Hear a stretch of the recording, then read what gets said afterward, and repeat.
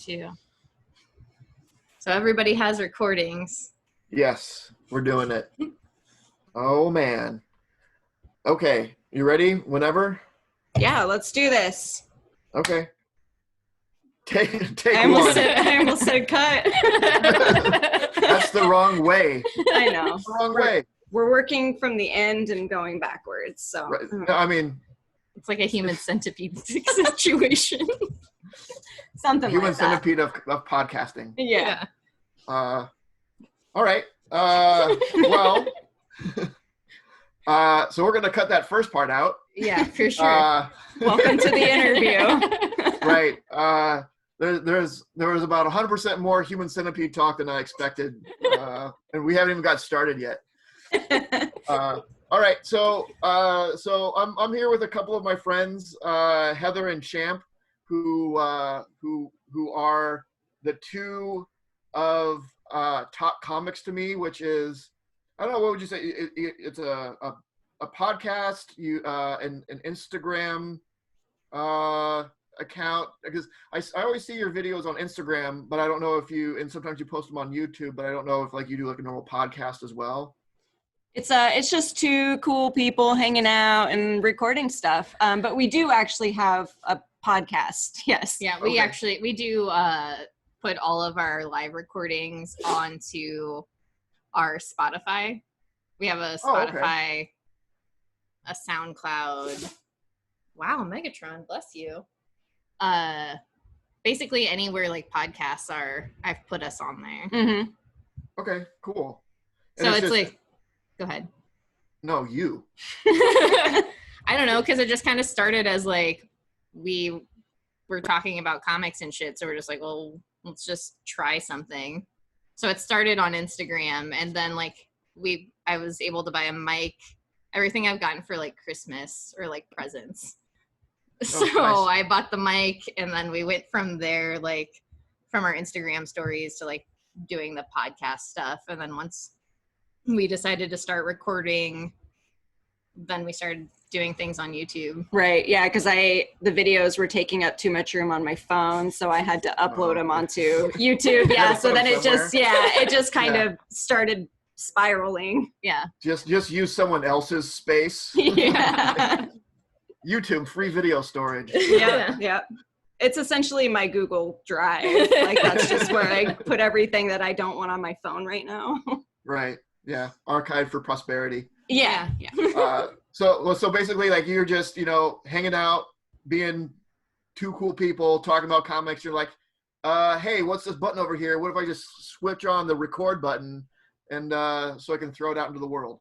Yeah. We really like listening to ourselves talk. I would say that's so no one listens to us. Yeah, no. So it was very helpful to have these recordings so we could go back and just like laugh at how funny we were, but then put it out on the off chance that maybe someone else thinks we're funny too. Yeah, sure.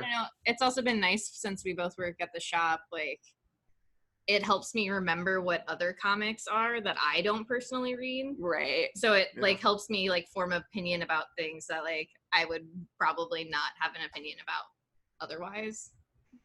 Yeah. Okay. Makes sense. So is everywhere you're at on like Instagram, Facebook, YouTube, and the name of your podcast, it's all Talk Comics to me? Yes. Yeah. You got the name across the board? Yeah. Well, for the most part, I think, is it Instagram? It's like instead of TO, it had to be a 2. Yeah. I mean, yeah, for the most part, it is straight just Talk Comics to me, but occasionally like it's the number 2 instead of 2 for. Gotcha.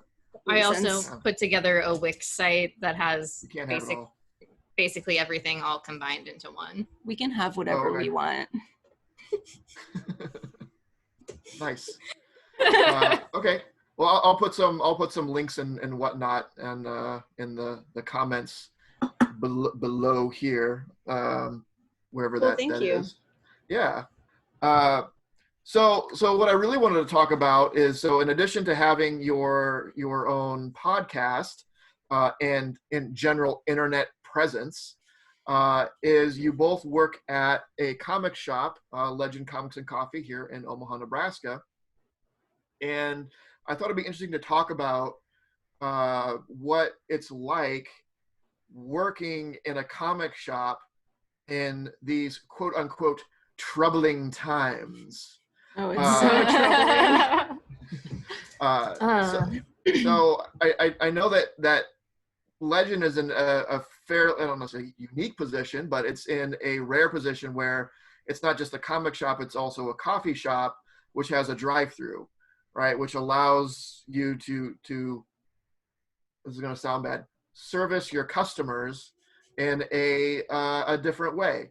So what other than that, like how does the normal day-to-day at the comic stop function, as opposed to how it used to be? Oh, it's so different. So I guess to preface, I'm not much of a people person, and I never it's part of the story. So I'm just laughing. Nerd, not a people person. I'm just laughing because it's true, not because I know. So all of the jobs that I've had in my life, I've been behind a desk for the most part, and I haven't ever had to deal with people. So when I started working at Legend, I had to, put myself out there more. I had to actually talk to people about things. I had to learn how to communicate. And I eventually kind of grew to really enjoy it, just I guess because of the people that would come in. So now, having not been a people person for a very, very long time, I miss the conversations that I would have with people. So I guess it's more frustrating in a way, because I finally did reach this point of myself where I'm like, I like talking to people. And now, since we just have the drive-through, it's still nice to see the regulars that I do and have those conversations, but I can't actually sit there for as long as I would like to talk about things.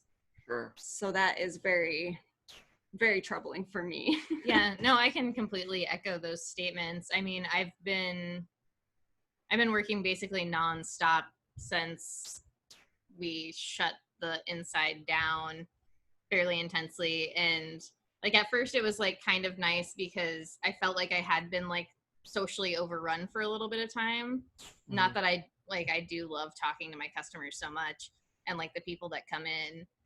But it was one of those things where I was like, oh, this is nice. I'm getting a little bit of a break. But after a while, it was just I do honestly miss I don't know, you know how it is, when you come into a comic shop, or I mean, at least our shop, where it's just no matter what, you're going to have some sort of conversation with somebody. Right. It's inevitable. And yeah, and it's going to develop into something else. And you kind of you get to learn so much about other people, and that, yeah, I just miss that aspect so much. I had a regular come through on Wednesday that I hadn't seen in quite a while. And it just it hit me because they would stay every Wednesday. They'd get all of their books, and then they would come and sit at the coffee shop for 2 hours. Mm-hmm. And we'd just talk back and forth and just talk about our lives and different books and all of these things. And it sucks. It sucks missing out on that.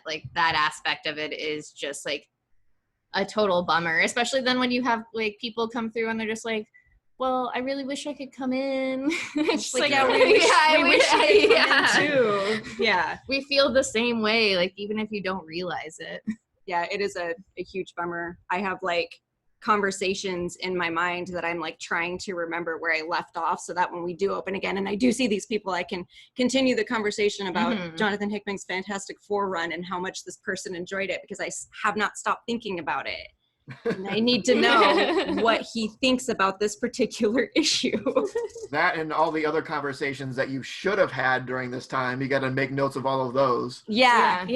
It's overwhelming and also very underwhelming and frustrating that we can't just have what we want. Right. I understand. And from a customer perspective as well, I enjoyed coming in and talking, and just whoever random person happened to be there. And it's tough from our perspective too. A lot of the books that I picked up, I started reading is because I found them off the wall, right? Mm-hmm. And there isn't that as much anymore. Yeah, no. Where I can just pick something off the wall, oh, this looks interesting, flip through it and decide yes or no, I want to put it in. But I definitely, there's a lot missed on both sides, I think, with that the doors being closed and missing the interaction, but definitely the fun conversations that you can have in a comic store. Well, plus then you can like the bounce off of that, like when you're talking to somebody in the shop, it is really easy to just be like, oh, you're grabbing that book, like I also had the chance to like check that out, and it's like it's awesome, you know. Yeah, it's Sure, hard to suggest things to people based off of what they have when you can't show them what it is, because it's like Right. you can do that through the drive-thru. It's like hold on a minute, let me run over to the other side and grab this book so I can show you this really cool page. Like it's just not the same. Yeah, there's been so many times where I've been like, well, here are the things I think you would like. And then they're just like, well, actually, I would like all of those things. And I was like, oh, let me go get them.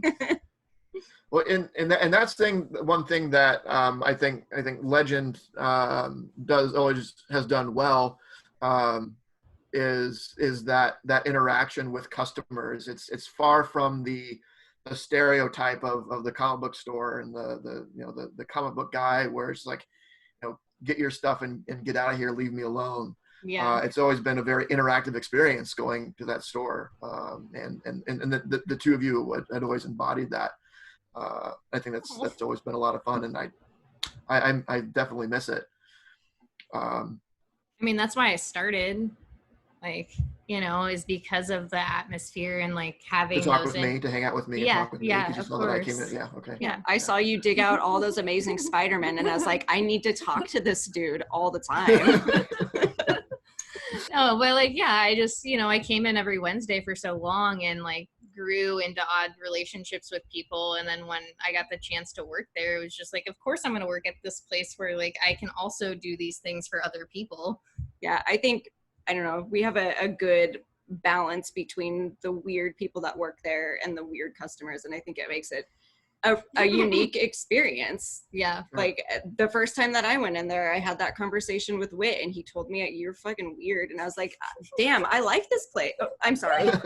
I forgot. I've been That's trying. all right. You weren't the first. You weren't the first. Oh, Champ no. did within the first minute. I didn't say anything. Well, shoot.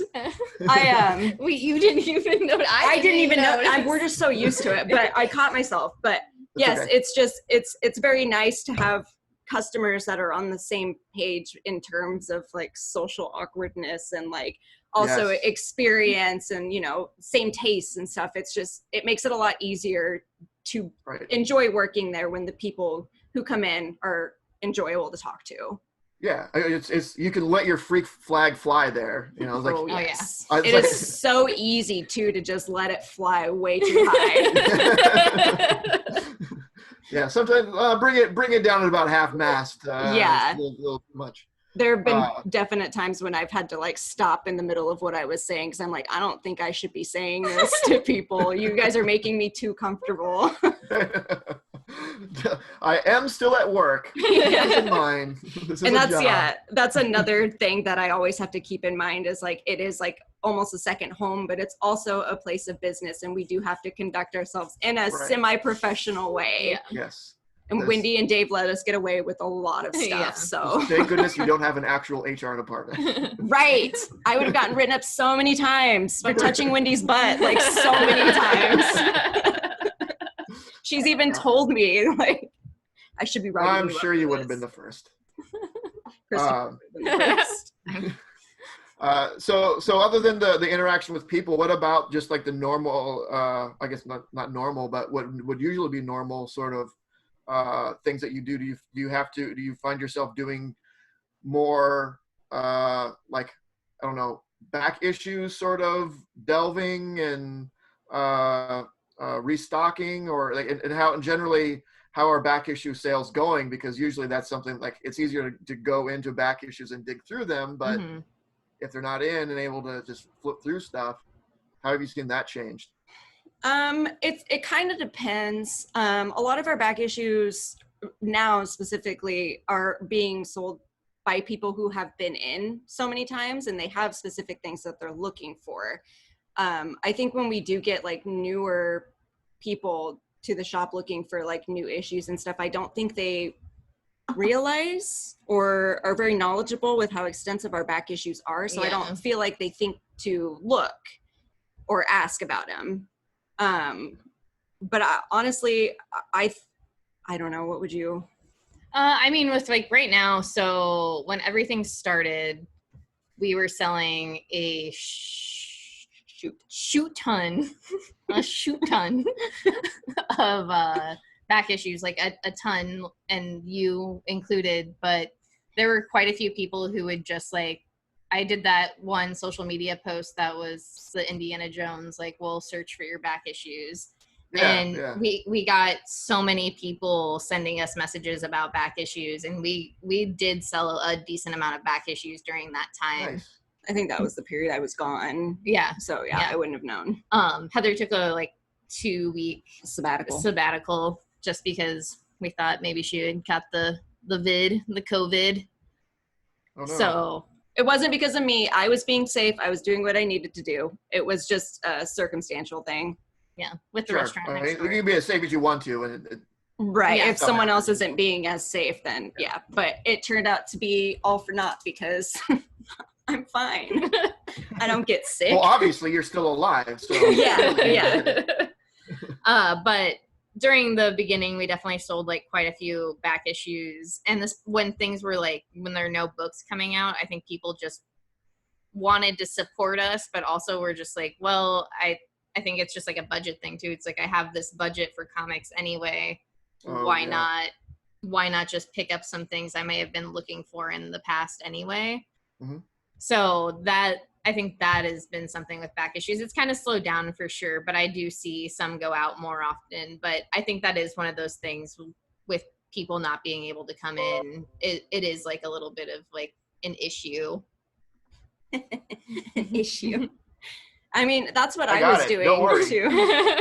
I like to repeat jokes just in case. On. I did hear it. But no, I was doing that too. Like when comics weren't coming out, I was going back and like getting issues that I didn't have for older series that I thought we might have had in the shop, just so I could continue like buying comics to read comics, because that like 2 to 4 week period that I was gone, I was losing my mind. Yeah, it was so rough. all I was doing all I was doing was reading comics, and it was I read so many trades during that period of time. Yeah, I mean, I read the entirety of Transmetropolitan and Ex Machina. Yeah, it was it was hard to stay busy despite how many comics there are in the world. Yeah. Otherwise, like personally for me, and I feel like the shop as a whole, it's just like, at least during that downtime when there were no new books, there weren't too many of us in the shop. It was like a very slim crew. So like I was personally since I'm cross-trained on the coffee side and comic side, I have been like fairly solidly focused on the coffee side and like making coffee and giving people their comics. I mean, and that's been my gig. And then all of the social media stuff, like trying to get photos of like whatever I possibly can in the shop so people can see them, and then hoping people do see them. Right. It's a little bit rough. Like, and Whit, our coworker, has been very focused on getting our basement organized, all of the back issues down there. Trying to set up our eBay, which has been something we're working on right now. Just all the little pieces that we can do to try to keep us moving, Right. And I just kind of go wherever Wendy wants me. Like I will seriously do anything. She tells me to mop the basement floor, and I'm like, all right, let me go get my stuff. I got it. So I do whatever. Do we even have a mop? First, not a good go one. Buy a mop. Then mop the floor. Okay. That actually springboards pretty well to my next question, because and the two of you are kind of lead the social media for the shop. I kind of assume. I'm just there for pictures and stuff. I'm just there to help model. Execute it. Yeah. Champ is the one who does it all. When Champ isn't there on certain days, I take the pictures for Champ, but I send them to Champ for Champ to do the posts. So I'm literally just like a stand-in. I'm like a stunt man. that looks kind of similar and is only there to do certain things. Eat the food. I mean, it's just as important as the role. Yeah, I mean, you have to have at least one person in front of the camera, not just behind the camera. So that's true. Plus, it's nice to have somebody to bounce ideas off of, to be honest. Sure. Yeah. I'm sure you are both in. It seems like you're both involved in it because, like I said, Heather, I see you in front of the camera a lot, but sometimes I see both of you, and it seemed like it was both of you. But anyway, so that has increased exponentially with the doors being closed. Cause I think you were doing that a little bit before as well, but it's definitely ramped up because now I see not just like fun posts of here's us doing weird things, here's a picture of someone sitting outside reading this thing, but also you take pictures of the new comic wall, right? Like this is what you would see if you come in, or you try to highlight different things that sort of come in. So what sort of determines the things that you decide to post on social media? Oof. That's a hard one. It really, I try to cycle things through, and I try to focus, like, especially before COVID, I tried to focus on making certain days, certain ideas. I still try to do the same thing with like on Tuesdays, so people know like new books are here. But we've kind of transitioned Tuesdays into posting the new wall, so people have that ability to like zoom in and see the wall overnight and have that time to make that decision. And it's mainly just like, what new things do we have? What things haven't I posted in a while? What things do I think people might be interested in? And we have so much at the shop. There's almost like an endless amount of things I can post about.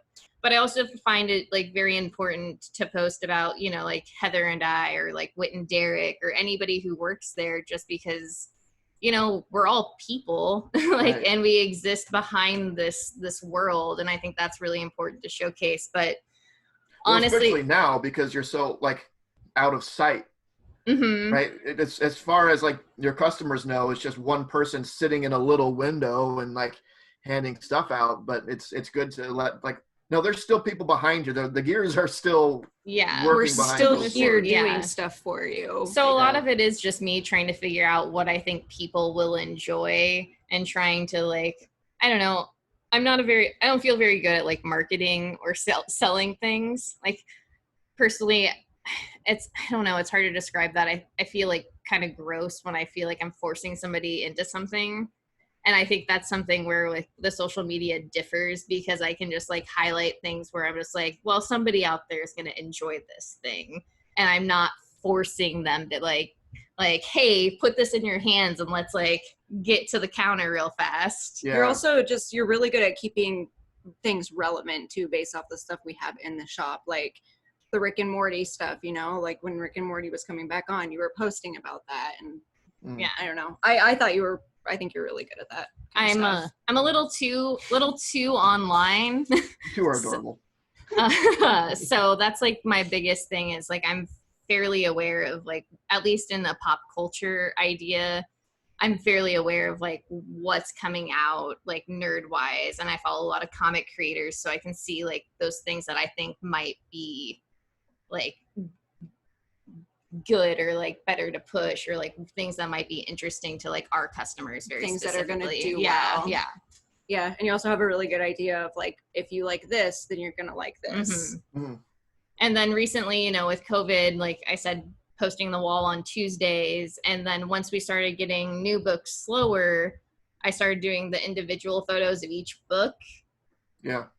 And then once we started getting new everything, it also just made sense so people could actually like have a look at those books. And then that's when I decided, since, people aren't going to have those interactions with us, I'll go ahead and put like our pick of the week on like the books, because then I think our customer base has a very good idea of like who each of us is, at least. Mm-hmm. I think we've talked to them enough at this point where I feel the same way. Like, so I think they would get that grasp of like, okay, if Champ likes this book, maybe I won't. Or if like Heather likes this book, I will definitely grab it. Like, sure.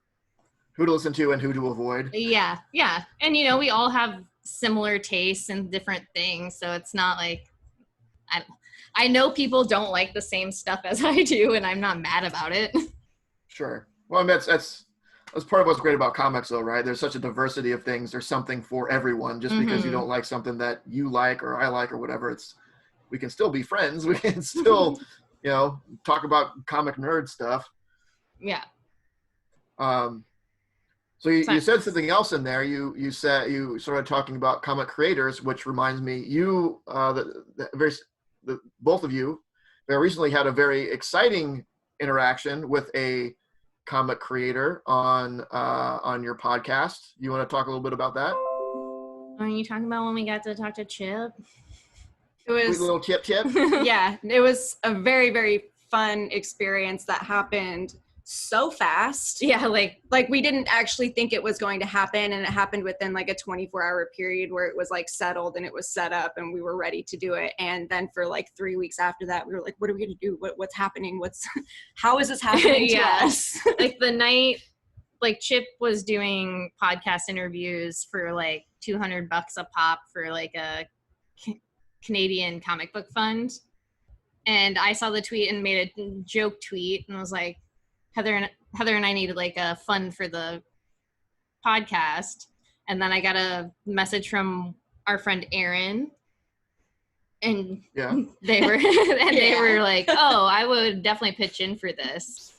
And I was like, well, I got to talk to Heather. Like it was a joke. Like we've never had a plan to do this. So my response was, hell yeah, let's do it. Yeah. So why wouldn't you? Right. Yeah. And as I was like texting with Heather, our friend Drew sent us a group message and was like, hey, I will also pitch in X amount of money for you guys to do this. So then it was just like settled. And I was like trying to beat a video game boss. And I was just like really like amped up and just like, oh my God. And like also thinking about video games right now. Yeah. And I just had like an entire bottle of wine and I was like, hell yeah, we're going to interview Chip. Yeah. And just like sent Chip a message on Twitter. And I don't know. I don't think either one of us have ever had a plan to interview a creator, and of all the creators too. Like it was perfect. Yeah, it to be somebody like we both really, really enjoy. It was really nice, and Chip was the nicest person. And so funny. Like he was funny to the point where like when we were interviewing him, I had to force myself multiple times to not react because I would have just laughed the entire time. Yeah, I was just, that's why like most of the interview I'm here doing this because I was like, I can do this. I'm an adult. I can keep a straight face. But it was a dream. Yeah, it was really easy. Like I think I was so nervous beforehand and I don't really know why. I think it was just because it was like, oh, I'm talking to this person I really respect and I like love their work. Yeah, we worked all day and then took like a 20-minute like break to get set up. And then we immediately did the interview after that. So it was like, we didn't really have time to think about what was happening until it was happening. And then we forgot to hit record. Yeah. And then I forgot to record the first like 10 minutes of it, which is fine. Whatever. It was the best compliment anyone could have ever given me. And we missed out on it. And I will never forgive myself for that. Oh, what was it? So it was right around the time when I first shaved my head, and the place that we were sitting there had lighting that was really weird, and it like hit my head in a certain way that made me look bald, and I was embarrassed about it. So it like completely bald, like big bald. So I had my hood up the whole time. And when Chip came on, I was like, I'm not going to say anything about it. And then I was so nervous that I said something about it. I was like, hey, I'm sorry, I have to wear this. I know it's unprofessional. I showed him my head and he said, because we are professionals. Yeah. He was like, he just like looked at me. He said I looked like Chris Molini, and it was beautiful. And I loved it so much. And it was the best way to start an interview ever after, God, what were we talking about right before that? We were talking about if they brought the Hanna-Barbera dogs into the DC universe, more specifically into like the Green Lantern universe. And then the dogs as the watch or the gatekeepers of hell. Yeah. It was a whole thing. It was a whole thing. Chip put in his opinion. It was awesome, but it was like we missed out on that first like 10 minutes of it. So oh, bummer. Yeah. Which we thought should be written by Grant Morrison. Yes. Okay. Well, once you get big enough, you can contact him and say, "Hey, I need you to write a one shot that is the lost 10 minutes of the Zdarsky Talk Comics to Me interview. Morrison, here is your $1 million. It's worth it, I promise." But yes, that it was such a fun interview, and I feel like aside from this, any other interview that we have is just not going to be as good. Yeah, I mean, it might be, but Aside from this one, I mean. Yeah. Well, that's what I said. Aside from this one, because you're our friend and we like know you, but just like people that we've never met before, I feel like it wouldn't be as comfortable as it was with Chip, just because when immediately it just felt like we were friends just chatting. Yeah. It seemed like as a viewer of it, it seemed very, very natural. Yeah. And I think you both sides did a really good job of keeping it casual and cool. I think we were all just so nervous and emotional that we just didn't know how else to react, because I mean that was also my favorite part of the whole thing, was realizing that Chip Zdarsky was just as emotional as we are. And I think that's what made it easy. Celebrities are just like us. I just think cry. Emotional people who cry all the time just recognize other people who cry all the time. Yeah, so it was just immediately just this wonderful connection of just tears, and I loved it. Man, That's I knew awesome. we would talk about crying. I don't think we can do an interview without talking about crying. It's the most important thing to all of us, I'm sure. It's how we all connect. Yeah. The tears Through of the waves of world. We collect our tears in a glass and we drink each other's tears. Tear sisters. Now we are brothers and sisters forever. Yes. Can I time out? I need to go grab another beer. Yeah. You just bring the case over here. You might as well. Just stack them up. Make a little tower of empty beer cans during the interview. At the end, we'll knock it over. Yeah. Get back. Just you throw the microphone at the pyramid.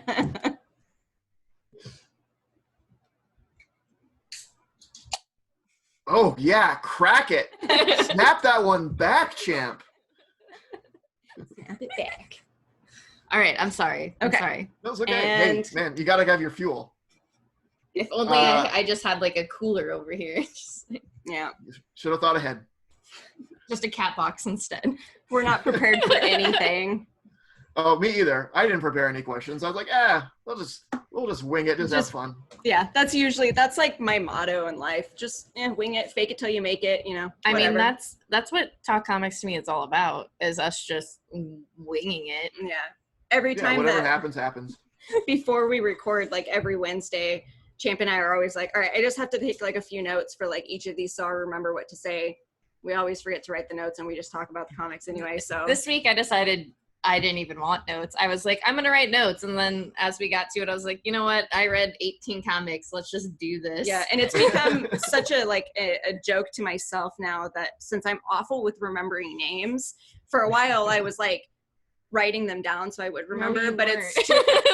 I did it once or twice, and I have done it a few times, but it's to the point now where I'm just whatever, I'm not going to remember this anyway, so Right on. we just wing it. Yeah, I mostly do the same thing with my stuff. There's a few videos where I've prepared slides and scripts and stuff, but it's when I'm talking about a bigger sort of thing, but for the most part it's just I'll figure it out as we go. I think that's more fun that way. Yeah, for sure. More Well, it feels more natural. Yeah. All right, so I really only had one more question for you, and on a more serious note.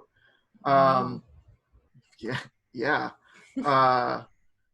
So working in a comic shop as ladies, I suppose, I'm sorry, I'm making an assumption there. I did not. I do consider myself to be non-binary, but that doesn't change the way people view my body. Right. And I'm Sure. just whatever you think I am. Very fluid. So let me say, at least to an outside observer who doesn't know you, appearing as ladies, do you feel that has affected you at all in your jobs? I for sure. Not like in your ability to do things. No. I I understand. It's just your funny interaction because with. it's funny because yeah. No, absolutely. I noticed it more when I was first starting to work there, probably within like the first year. I did get that a lot more where, you know, men specifically were more hesitant to ask for help. But I think the longer that I've been there, I don't know, maybe it's just because I've been there for quite a while now that they know. Okay. I got too emotional. I'm so sorry. I almost started crying. Here comes the tears. But I think that since I have Typical been there, person with a uterus. Look, yeah. But yeah, when I was first working there, I think it was a lot easier for people to hesitate when asking me certain questions about needing help with stuff. But again, since I've been there longer, I mean, and we have been closed for like 6 months now, so I haven't really had to deal with people personally asking me questions, but I have noticed it less within like the last year. And did you think that was because of more of, it might be a combination of both, but predominantly was it because they didn't think that you would be knowledgeable, or because it was like nervous to talk to a girl? I think it was more that they just didn't think I would be knowledgeable. Me personally, I don't know Champ's experiences, but that's what it felt like to me. Because when I did first start working here, I didn't read too many comics. Like the one comic that I've always read is Thor. That's just been my consistent since I was very young. So when it came to different universes and like different comic lines and stuff, I wasn't too familiar with it. So anytime someone would ask me a question, I would answer to the best of my ability and then always have Dave like add to it. So I think that I was very insecure in myself, and they probably realized that and recognized it and played off of that. Well, it doesn't matter what your level of knowledge is. Dave will always have something to add to it. Right, so right. That's not an indicator of anything negative. But I think it was just because I wasn't sure of myself. And I don't know, when they ask, you know, like, oh, what would you recommend? I'd be like, well, I don't know. Like, I don't know what you like. Like, tell me what you like. And then when they would tell me what they liked, I wouldn't be able to know, like, what was similar or what they would like based off of that, because I was always just like, Thor, just read Thor. So yeah. I don't know. People are really mean and assume like that you don't know anything just because you are a lady. Yeah. I mean, we both have like our fair share of stories, and it definitely does happen. And it's one of those things where I had one guy once ask me if I actually read comics or if I just worked at the shop. And I was very, very upset. And then I had, I just had to grit my teeth and just be like, I actually read comics. I read lots of comics, probably more than you do, sir. Like, get out. Right. But, instead it's just like, here's your book that you're very interested in. And just like Heather has been passed up. We had somebody who was helping us out, like just bagging and boarding comics and just kind of taking boxes out. And, a couple men came in and Heather was like, hey, do you need help? And they were like, oh, no, we don't. And then they went to this person who didn't know anything about comics, but just happened to be a man. Mm-hmm. And then they asked the question, and it wasn't. And they had to be directed back to me, and I was like, let me help you. So yeah, stuff like that. No, I thought you didn't need any help.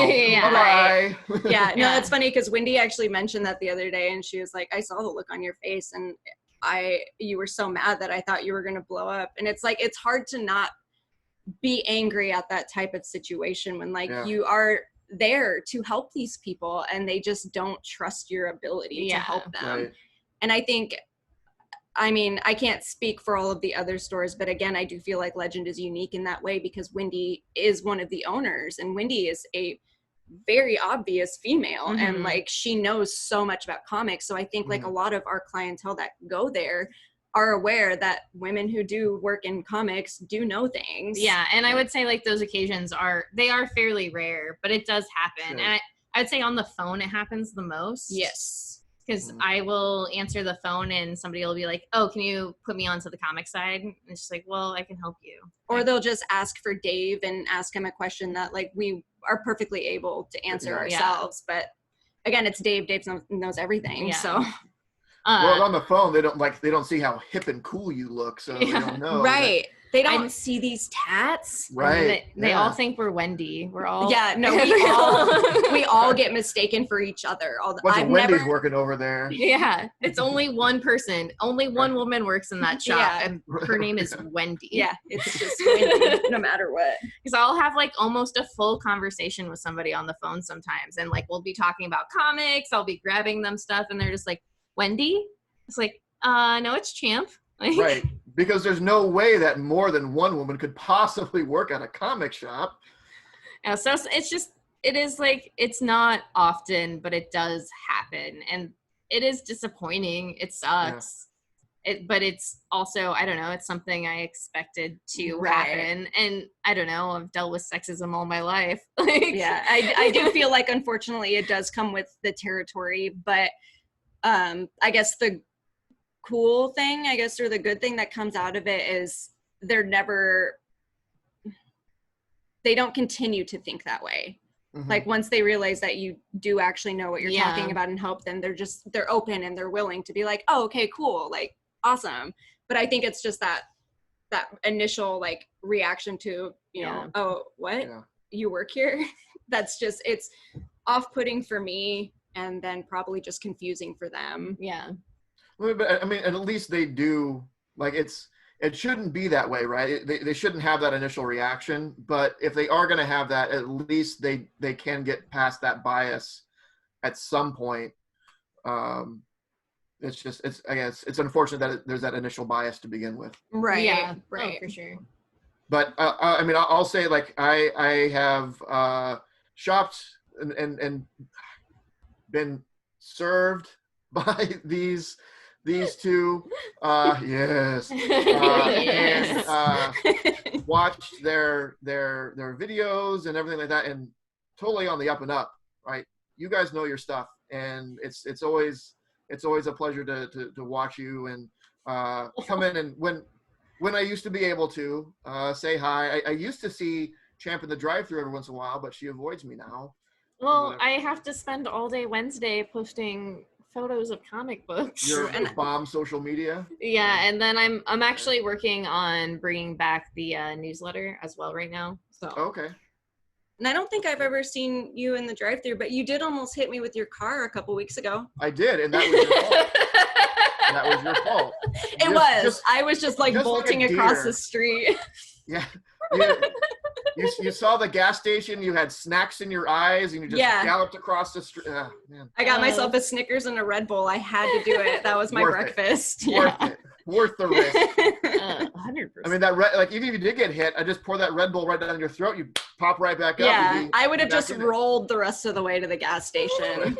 Because the guy that's in there knows me, and he always has my total like ready for me, because I always get a Snickers and a Red Bull. Because I'm a mess.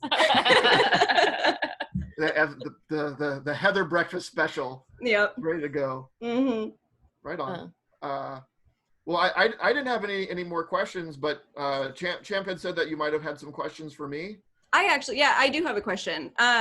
So I was wondering how you got into like pressing comics and like fixing them up and stuff. Like, how did you get started doing that?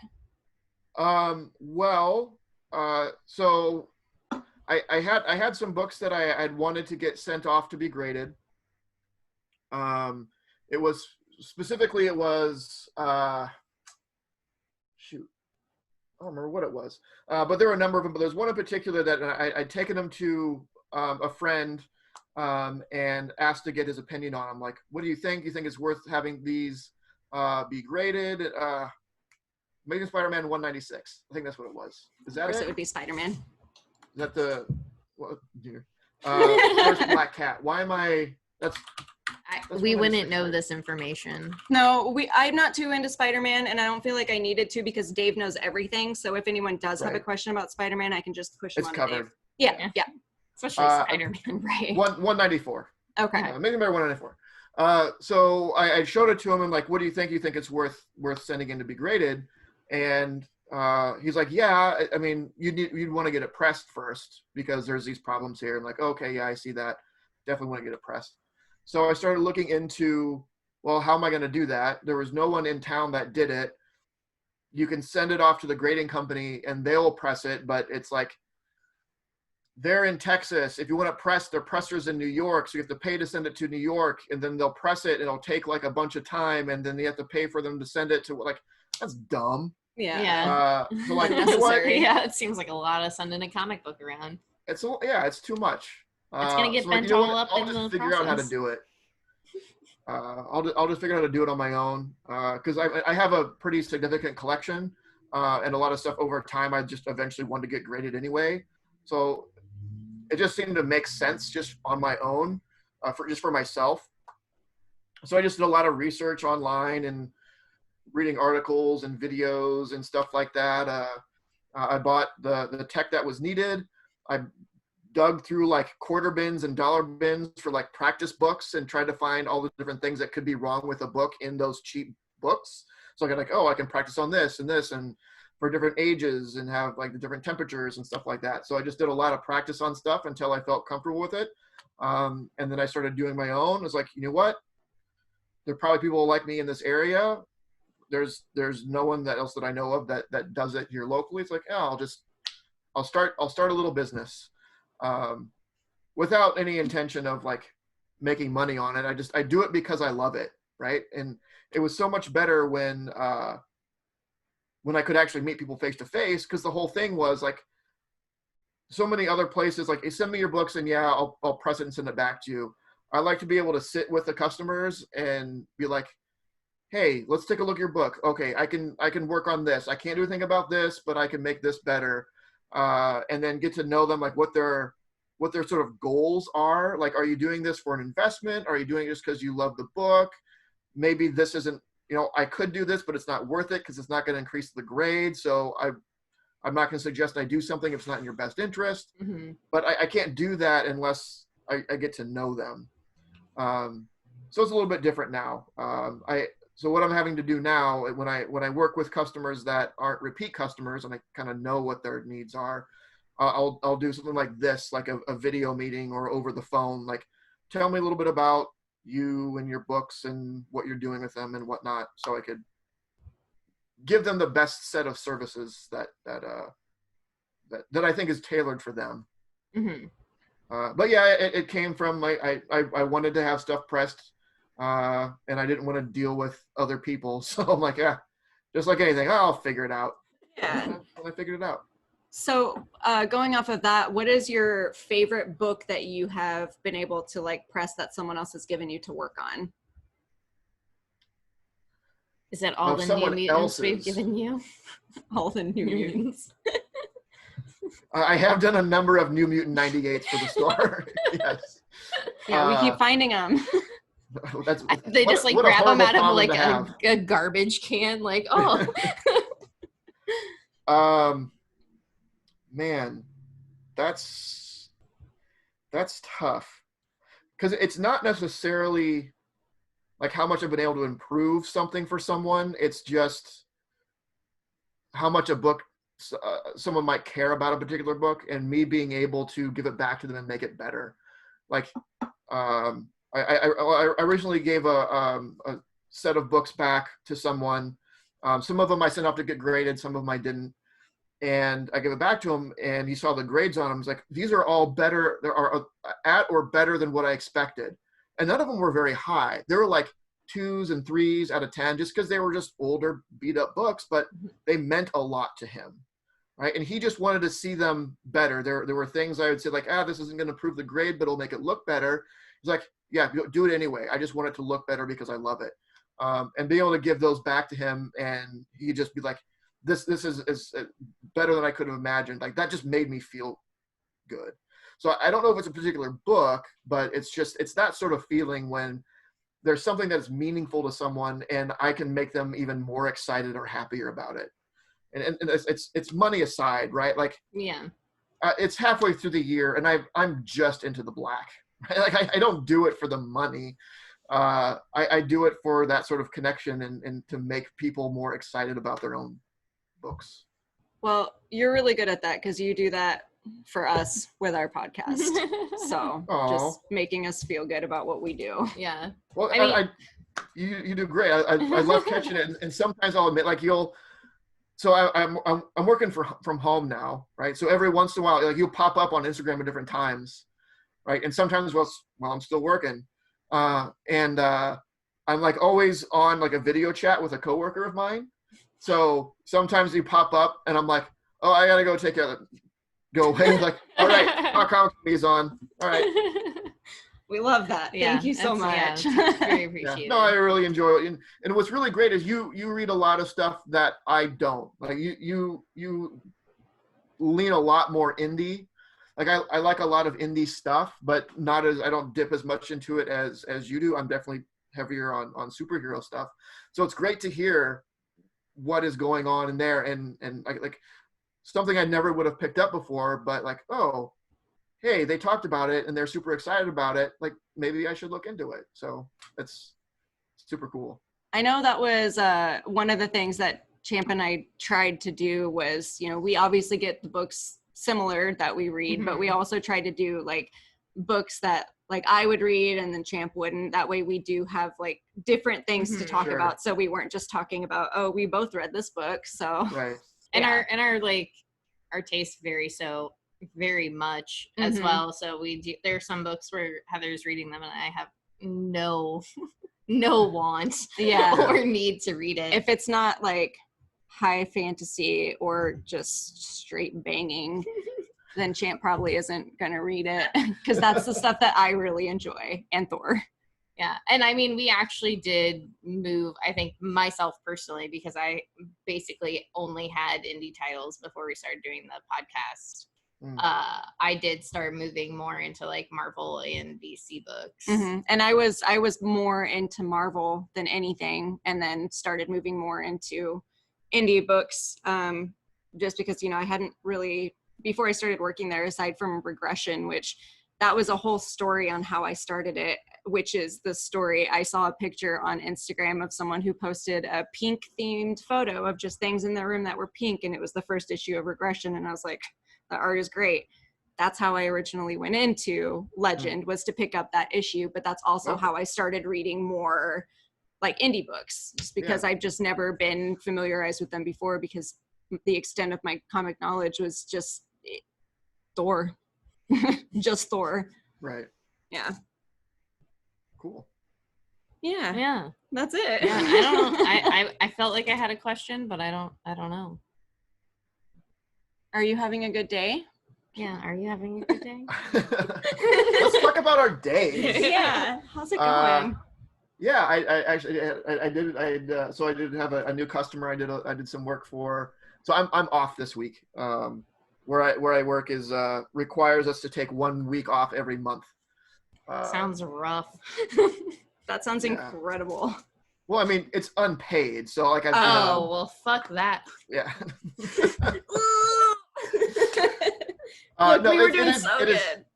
It's nice. It is. I don't mind it. It's nice to get the break every once in a while. So I was able to I clean up the basement and whatnot, because my basement's a disaster. Like I set it up as like this huge gaming room. I have this big table that I got that I put down there just to have to play like D&D and board games and stuff. Yeah, that sounds awesome. It is. It's great. There's a bar down there. It's awesome. And then a couple of years ago, my dad was like, hey, all this crap you left over at my place? It needs out of here. So it just got dumped on the table in the basement. So my basement has been unusable for the past couple of years. And I've just got to the point now where I think might have people over. But the world exploded, so.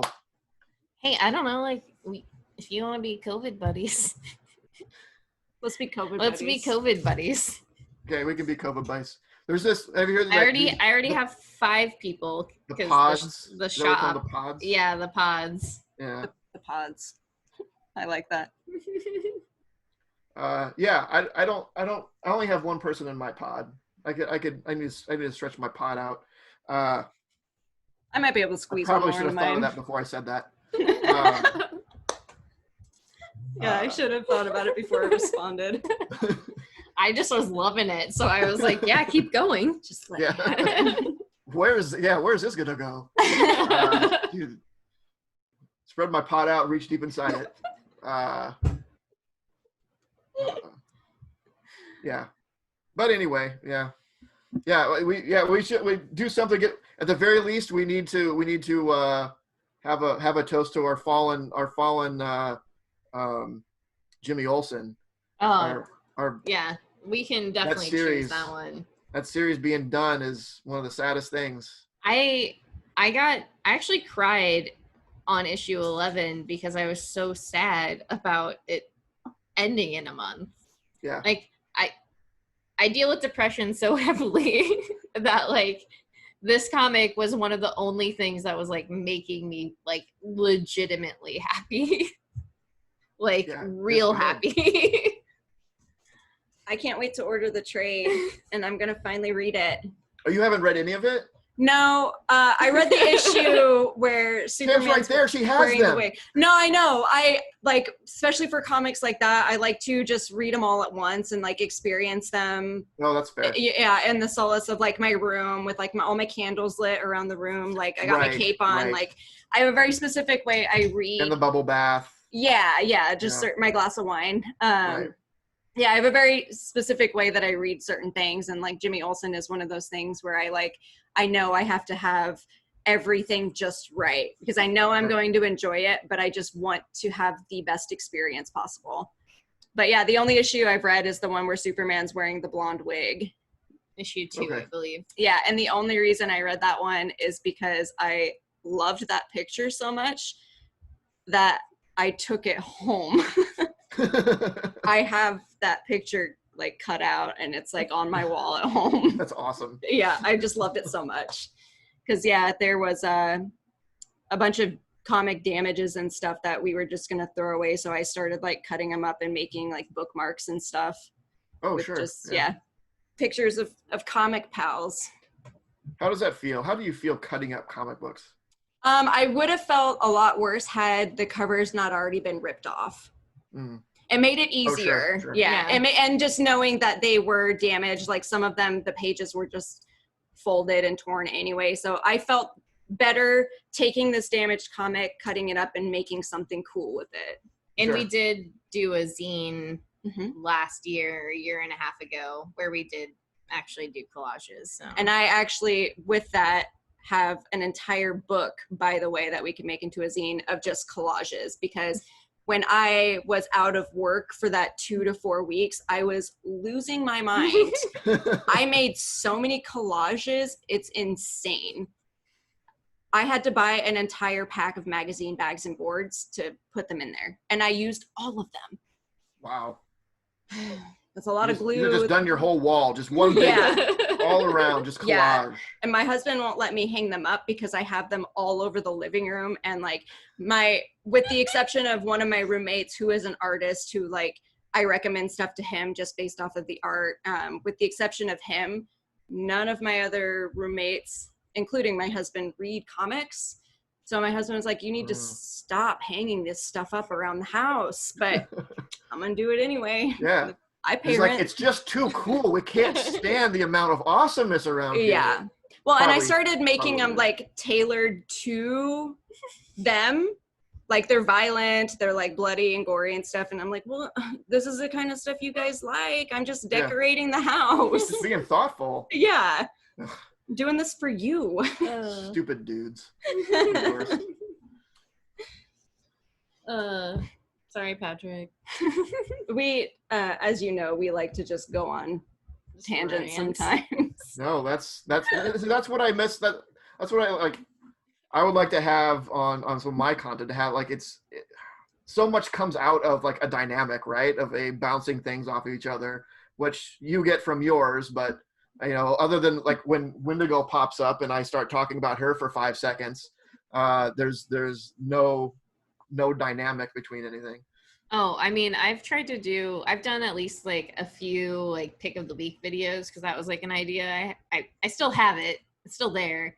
But I cannot tell you how much harder it is to do like a video by myself, even if I only want it to be 5 minutes, because I just want somebody to like interject and say something. So I'm just like, I'm the only one it's here. just me. I tried tried myself now. I tried doing it and started crying. I just don't bloom the same when I'm by myself.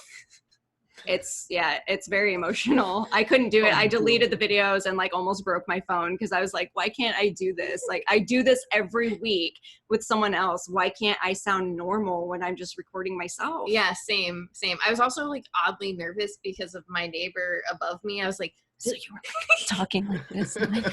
Yeah, I was like, am I talking too loud? Is he gonna think I'm just screaming in my apartment by myself? Yelling about comics? Yeah, yelling about. There's no one else here. He's gonna think I'm crazy. Yeah. Just like, why is this woman yelling about comic books down there? Just trying to get them all interested. Because I think you would like it. Just come down here and talk to me about them. But yeah, it is like, I'm not gonna lie, I don't think I could have done this without Heather. Like 100%. If I didn't have her here, this would just be a moot point.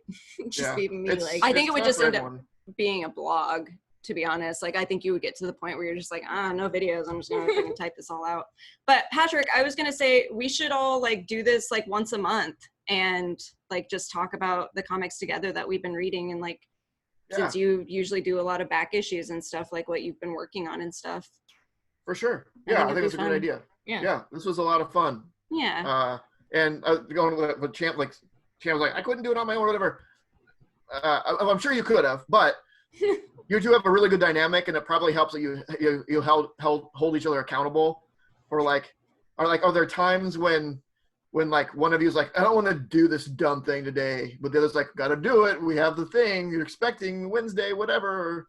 There are definitely days when like one of us will be more into it than the other. But then once we start like recording and like get there talking about comics, it's so easy to just be like, you know what? Yeah, let's do this. This is fun. Yeah, I think I dread doing this less than I dread doing like, even, no offense to my D&D crew if they ever listen to this, but like, you know, I played D&D on Sundays for like 3 years, and I like at a point came to a point where it's like, I just don't want to do this anymore. And at no point do I really feel like that.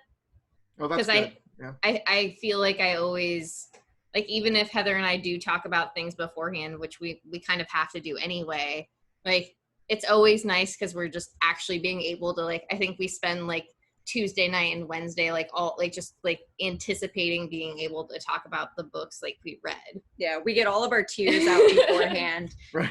There are a lot of tears involved in this. We cry a lot. Yeah. I know we can't see below the table, but there's probably like an inch of water there, just like your socks are just wet. Every time I dip off the screen like this, I'm not drinking, I'm just crying. We actually just keep like a little kiddie pool beneath like this part of the table, just in case. I figured, I suspected. But yeah, like otherwise, I look forward to being able to have that conversation. That's awesome. Well, it's good that you have someone and that you obviously get along with so well, and that you work with as well. So like, I don't know, you obviously have a very good dynamic, and you can sort of get that doesn't mean sometimes we get tired of each other sometimes. Oh, that's not true for me. I never get tired of you. Oh, damn. Trouble in paradise. I mean, dang. Well, everyone, this has been the last episode of Talk Comics today. Let's be real. I'm an only child. Thanks, sometimes. Patrick. Yeah, I have so many siblings. I was forced to like share a room with my 2 little sisters for like 6 years. So I'm used to there being another person with me all the time, and I'm used to having patience and not getting tired of that person. Had to do it. I feel champ with this. I'm an only child too, so I get. You guys are lucky. Yeah. Sometimes I'm hanging out with a friend for a while, and it's like, it's time for you to go. It's like everything's fine. It's like my social meter is down. Like you just need to Yeah, I love you, sorry, but It's just like a giant social hourglass. right, yeah. I may as well have been like an only child in that sense though, because I'm the quietest one in my family. My voice very rarely goes above this level when I'm talking. All my siblings just scream all the time when they talk, and I can't, like, their inside voice is my outside voice, and my outside voice is just barely higher than this. It's just insane. So I also have one of those social meters where I just, like, when I'm around people for too long and it's too loud and they talk too much, I have to just leave the room. Yeah. And I have my own room now, so I can just like get away from them. Tight. Yeah. Look at you. You know. Moving on up. Moving on up. Ooh. I know we're gonna have dance time here. We did the same move and everything. So with that being said, we need to go. So speaking of social meters. Okay, cool. Well, I thank you again. Thanks for the insight on comic shops in the most horrible of times. Yeah. If you want, as I'm going to call it the lost summer. Hopefully, it's only a lost summer. It's been almost a lost year by now. Yeah, it's insane. Yeah. I was actually thinking about doing a tiny video vlog of like a day in the life, but just making it as dramatic as possible, like while I was at the shop. I think that would be fun. Like a Tuesday. Just like exaggerating like how crazy it is in there, and just like ghost town music, like just all sorts of just crazy stuff. But I toyed with that idea for a minute, like once this whole thing started and we closed the inside of the shop, because I was like, that would be funny if done the right way. It could be. Yeah, you need to find to borrow like a full like radioactive suit that you have to wear the entire time that you're in there. There's a beekeepers, what? The bubble suits. The bubble suit. Yeah. Okay. But yes, thank you. I appreciate your time. This was super fun, and we should do it again. Go over what we read and whatnot, and we can talk about what that is. Yes, we're all friends on social media. We can do this. Yeah. Cool. Awesome. Well. Okay. Thank you so much. Thank you for having us. It was a blast. Yeah, I had a great time. Like, comment, subscribe, follow Talk Comics to Me in all their various things, which will be linked below. Or wherever you want to put it. I was just pointing everywhere because I wasn't sure where you had it. I was just trying to help. Yeah, you got one of them. One of them's there. Yeah. Cool. See ya. Bye. Bye.